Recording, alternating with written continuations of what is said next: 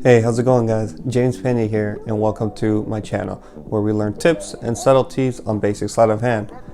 Today's going to be different. I feel like I've been teaching you guys like a lot of basics on like controls, color changes, types of shuffles and stuff like that. And my previous video, the force, I think I've only taught one trick so far on this channel, so I want to teach you another. But instead of a trick, I'm basically going to show you a routine that's essentially when you compile a bunch of tricks together so it's free flowing and it's smooth and it just looks really good.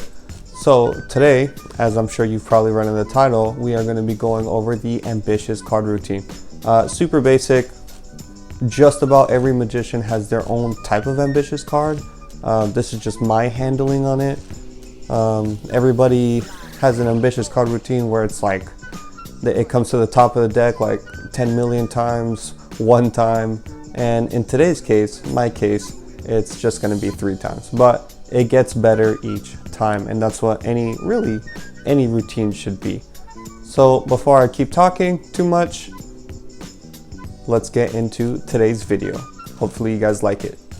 Before I start today's video, I'm going to show you a quick rundown of how the ambitious card routine works. So here's what it looks like. You have them shuffle and freely name any playing card. Let's say they pick the Queen of Hearts, right? So what you do is you put the Queen somewhere in the middle. Now, if I were to snap, right, nothing would happen. Not to the top, nor the second at the top. That's because you have to do all the work, right? So one quick snap, and that Queen goes straight to the top. Let's do this one more time, but a little slower. We have the Queen here. If you watch carefully, you can actually see it come back once more. We'll do this one more time. All right, Queen left somewhere in the center. It comes back for the last time once more. Again, not the greatest pattern, but in my video I will be showing you tips and subtleties of like pattern to kind of help it, so it doesn't seem so repetitive the entire time. Again, it was just a quick rundown. So let's get into today's video. All right, so the part that everybody kind of came here for.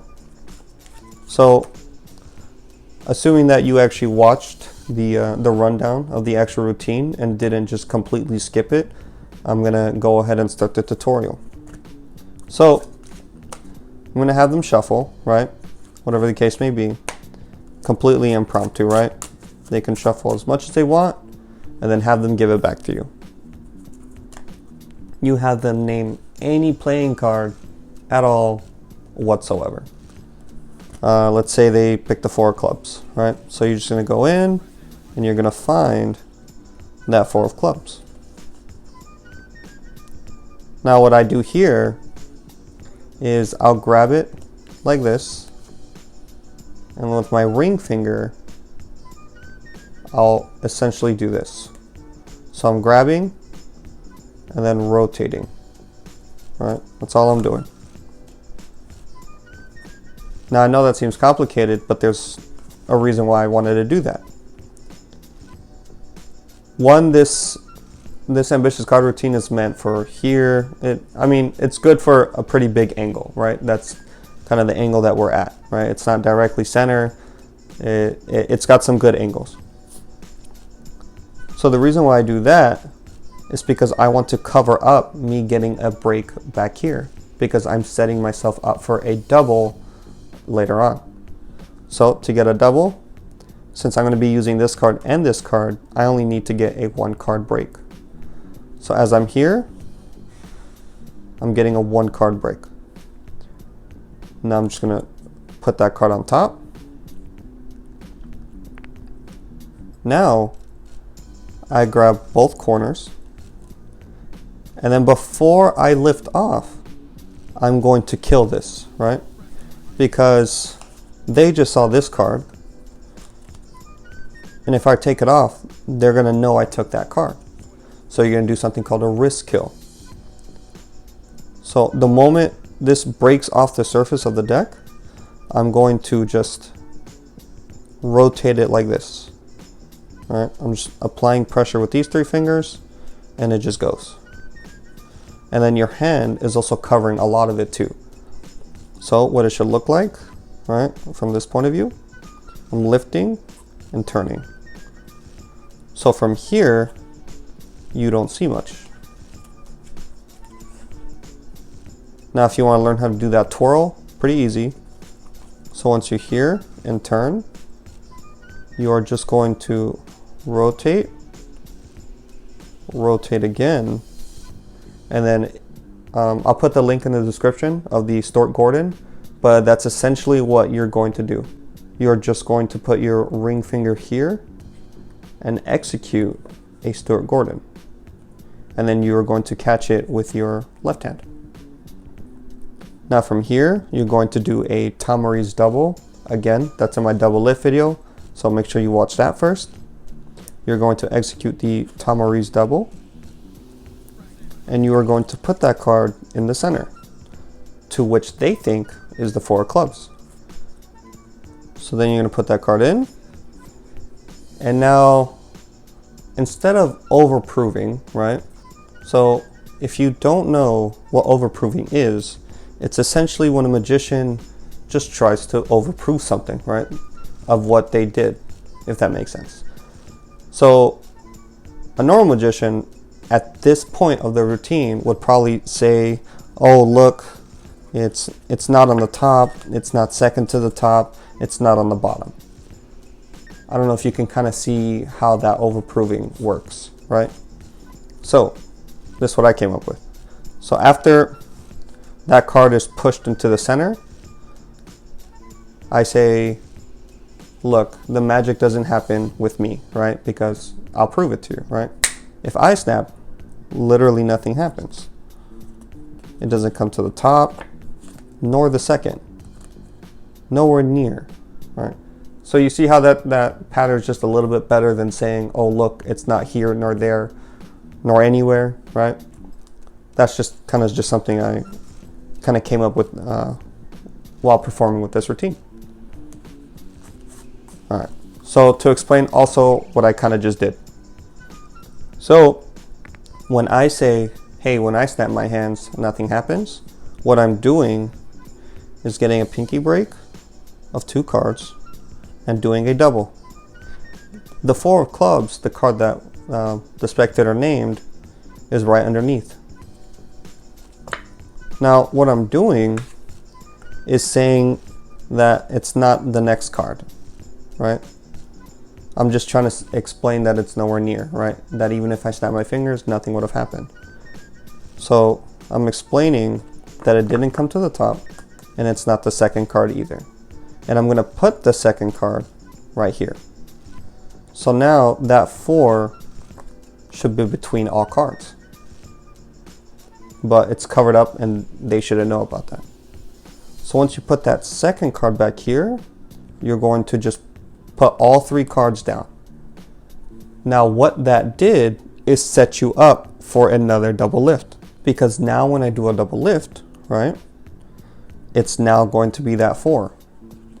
And they are going to think that it came up to the top of the deck, when realistically, it's the second card. So you've now performed one miracle in essence, if that makes sense. Now what you want to do here. Now you can easily do another Tamariz double, right?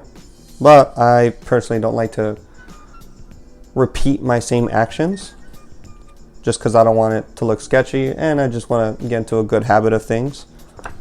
What all I do here, this is kind of just a nice little convincer. I kind of just throw it, maybe not like that, but just like that. Just a nice little toss. Just like that. And now you're not going to say anything, you're just going to do it. And in their eyes, if they're watching, they're going to definitely think it's only one card, because If somebody's trying to hold 2 cards, they would never think you would be that loose with it.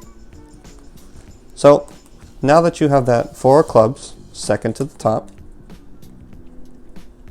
you are going to pick up half the deck, or roughly half. And as you saw in the routine, and hopefully you didn't skip it, I spread it and made it come to the top. Now, in order to do that, right, you don't want, it all kind of depends on how you spread the cards. If I were to do this just with one hand, right, and try to do it, right, it's clean, but it could be better, right? So instead, once I cut, I just keep my fingers there, and with my thumb, I try to just spread roughly 10, like the top 10, 15 cards of the deck. What I mean by that is something like this, right? And I'll try to give you a close look of that, right? So this is the first card, second card. Like, you can see the top 10, 15 cards. Because if it's bulky like this, right, you don't want that. I don't know if that makes sense, but if it does, let me know. Or if it doesn't, let me know. So you only want to spread the top 15 cards, just like that. Now all you're doing is pushing this in, squaring, and you're literally just doing this, and you're letting go. And you're doing this on the back end too. And that's all you're doing. And it looks like it's slowly coming up. And that's it for that. Just practice that. Make sure you don't do it don't rip it like that. Don't just blow through it, right? They're not going to see the full effect. So make sure that you go at a nice, steady pace, if that makes sense. Now, the last one that I did, that one's going to be a little more difficult because, one, I haven't taught it yet. I was actually going to teach it, but I kind of just want to also to kind of surprise you. I did something called a classic pass. If you don't know what a classic pass is, that is literally going to be a whole other video that I do not want to get into right now because it's a pretty long one. Classic pass, let's in simpler terms, it's a really hard piece of sleight of hand to do. Extremely difficult. And for those you advanced magicians that are watching this, don't comment down that it's easy, because you know for a fact it's not. It's only easy now because you're used to it. But trust me, it's hard. So what I did in the quick overview or the quick rundown, I used something called a spread pass. But what I would more prefer is the classic pass. All right, classic pass looks like that, right? And that was actually a little sloppy as well. So I'll leave a link of where I learned the classic pass. If you guys would like to learn my classic pass, then leave it in the comments below. I would definitely love the suggestions. But that's it. That's pretty much the last piece. And now you know the whole ambitious card routine. Pretty simple. Can be a tad bit difficult if you're not free flowing with it. So make sure it's all smooth. So good luck, guys. That's it for today's video. Hopefully you guys learned a lot on the ambitious card routine. If you didn't like the routine, hopefully the tricks in it itself are pretty handy. And if the tricks didn't come in handy, hopefully the tips and subtleties that I give should be of somewhat use to you. The little convincers, the little minute details that are in there, I hope that you enjoyed all of it. If you like this video, go ahead and leave a like. It definitely helps me out. If there's anything that you want to comment, literally anything, whether maybe I should improve on something, is there something that you guys like that I should probably keep on doing? If there's a video that you want to see, that would be the greatest way to put that down there. Again, I try to post videos every Friday. If not, sometimes in the weekend is when I try to post the videos. So if you like the content that I'm giving, then go ahead and subscribe. And don't forget to hit that notification bell so you get that update whenever I post a new video. Besides that, I think I will be seeing you guys all next week. So, peace.